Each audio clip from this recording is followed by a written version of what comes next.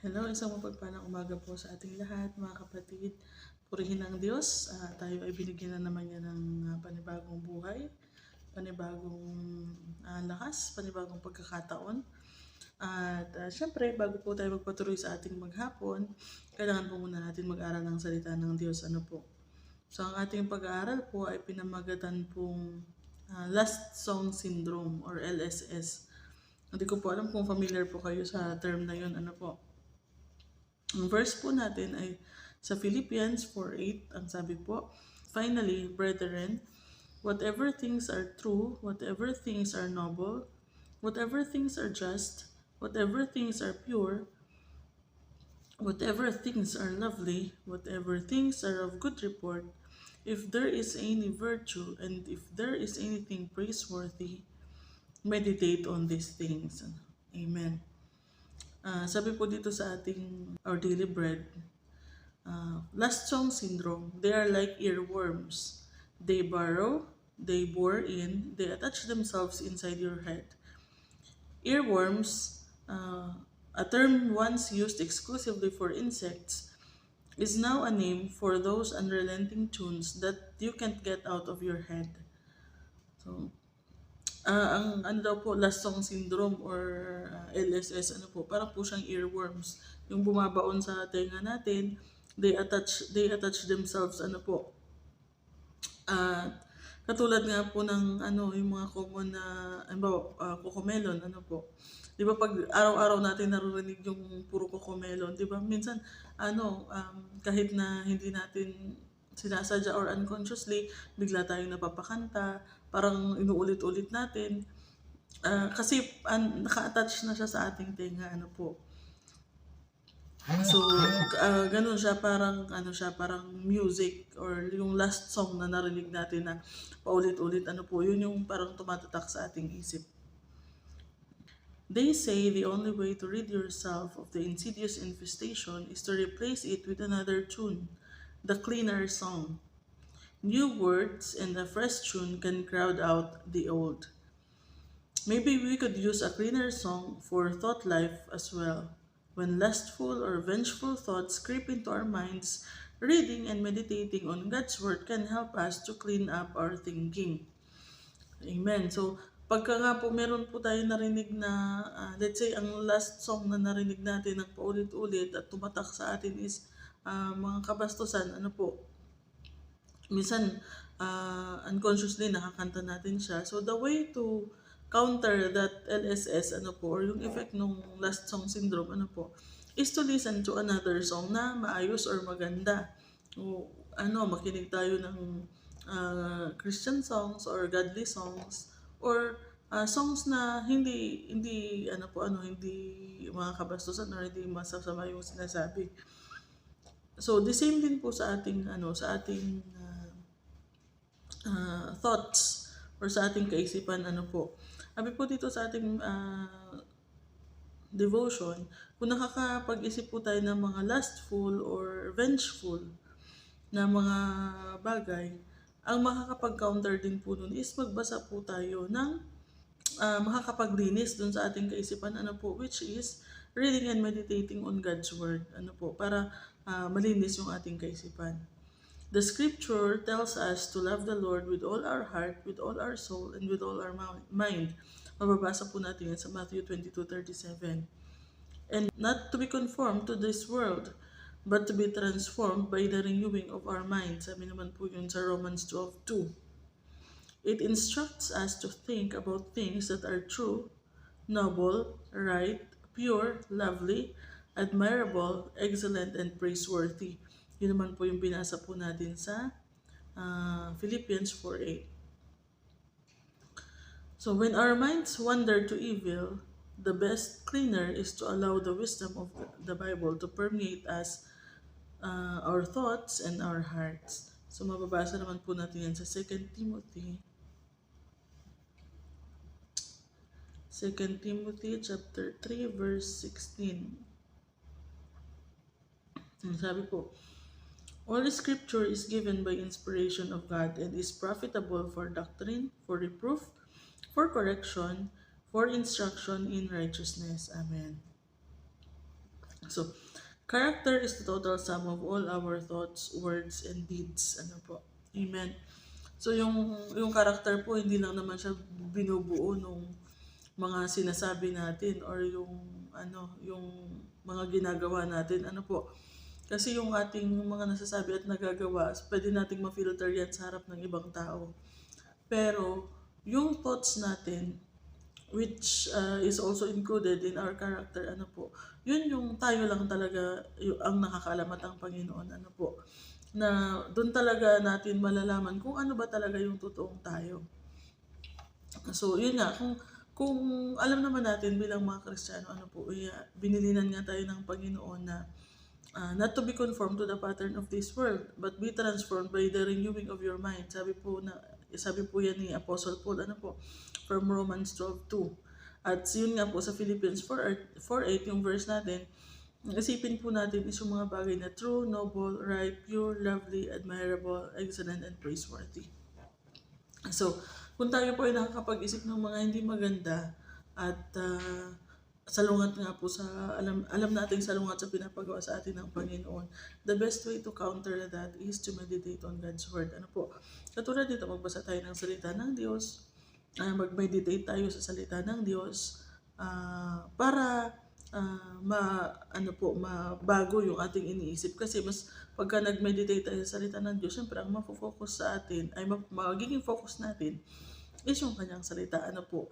And dahil nga buhay ang salita ng Diyos, it will rebuke us, it will correct us, and will give us instruction of righteousness. Ano po? Sabi nga sa 2 Timothy 3:16. So, kaya pala ngayon nauunawaan ko na kung bakit sinasabihan tayo na hindi, kumbaga pumili ng mga kanta na papakinggan, ano po. Hindi naman yung parang sinasakal tayo na, ay hindi, dapat ito lang yung mapapakinggan nyo. Pero kasi nga, dapat nga, ang minimeditate natin at pinapakinggan natin is yung mga bagay na makakabuti sa atin, ano po, at magre-reflect ng ating character bilang mga anak ng Diyos. Now, if we are listening to songs na puro kabastusan, puro mura, yun ang tatatak sa ating isip, ano po, yun yung lagi nating maano, and aminin mo natin o hindi, nakakanta natin yan. Yung LSS nga, nakakanta natin yan, minsan unconsciously, ilang beses na din nangyari sa akin, mapapakanta ako lalo pag napakinggan ko lang siya somewhere, and then bigla ko siya nakakanta, tapos biglang, ay ano pa yan, bakit naman yun ang kinakanta ko, diba? So, may effect po yan sa atin pag nakikinig po tayo ng ganyan. Sabi nga, para daw silang earworms, they burrow and they bore inside your head.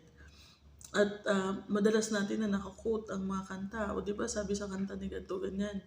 So, parang nagiging tuloy natin siya, parang nagiging mantra or prinsipyo sa buhay minsan, yung mga sinasabi sa kanta, ano po. So, we should be selective in choosing the music that we listen to, ano po.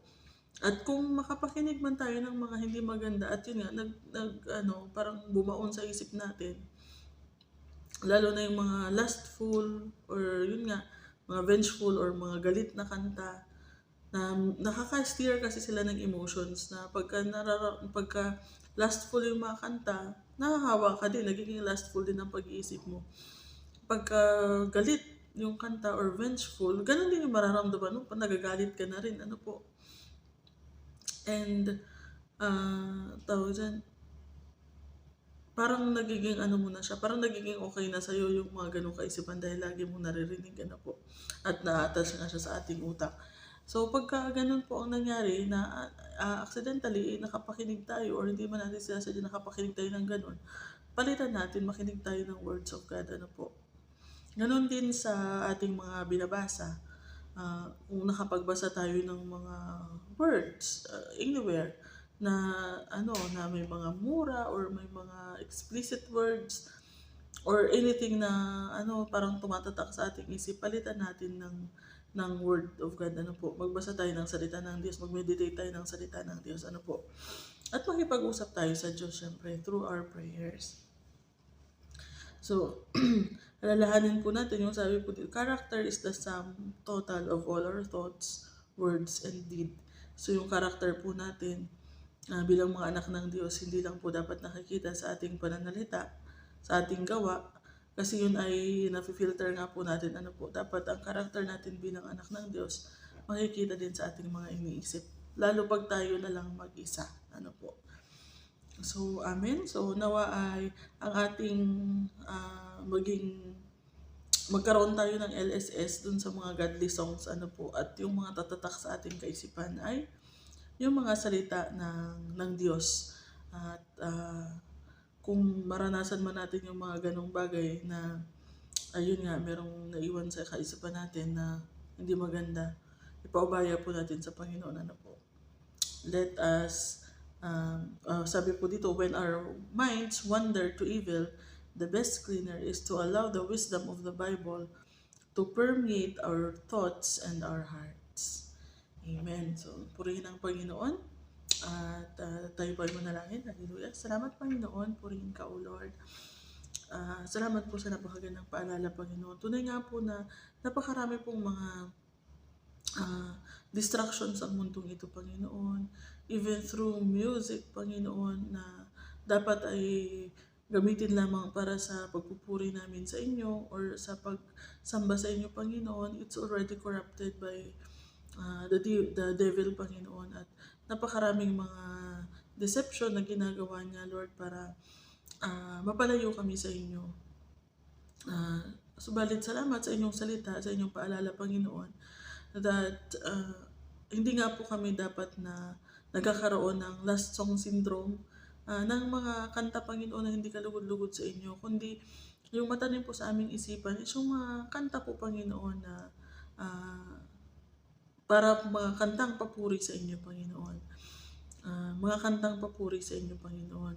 At maging sa aming mga kaisipan, Panginoon, kung may mga nakikita man kami, mga naririnig na babasa at nakakapag-isip po kami ng mga hindi maganda, Panginoon.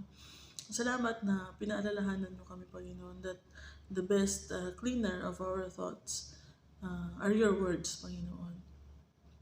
Kaya purihin ka, O Lord. Tunay nga hindi nyo kami binababayaan, Panginoon, na maligaw lagi, Panginoon, or patuloy na magkakasala sa pamamagitan ng mga bagay na ito na very subtle deception of the enemy, Panginoon. Help us, Lord, to follow what we have learned today, Panginoon, na cleanse ourselves, Panginoon, with your words and cleanse ourselves with godly songs, Panginoon. Kapag kami po ay nakakarinig or nakakabasa, nakakapag-isip ng hindi maganda. Purihin ka, O Lord, and ang mga strength na kailangan namin, Panginoon, para gawin ito ay nagmumula sa inyo, Panginoon. Kaya sa inyo po kami sumusuko at humingi ng tulong, Panginoon. Kayo lamang po ang may kakayahan na baguhin ang aming kaisipan, Panginoon. Kaya sa mga pagkakataon na gano'n, may you remind us, O Lord, to read your word, to meditate on your words, Panginoon, and to focus on worship songs and worship activities, Panginoon, para sa inyong kapurihan. Salamat, Panginoon, and we pray, Lord, na starting today ay ilagay niyo po ito sa aming kaisipan, Panginoon.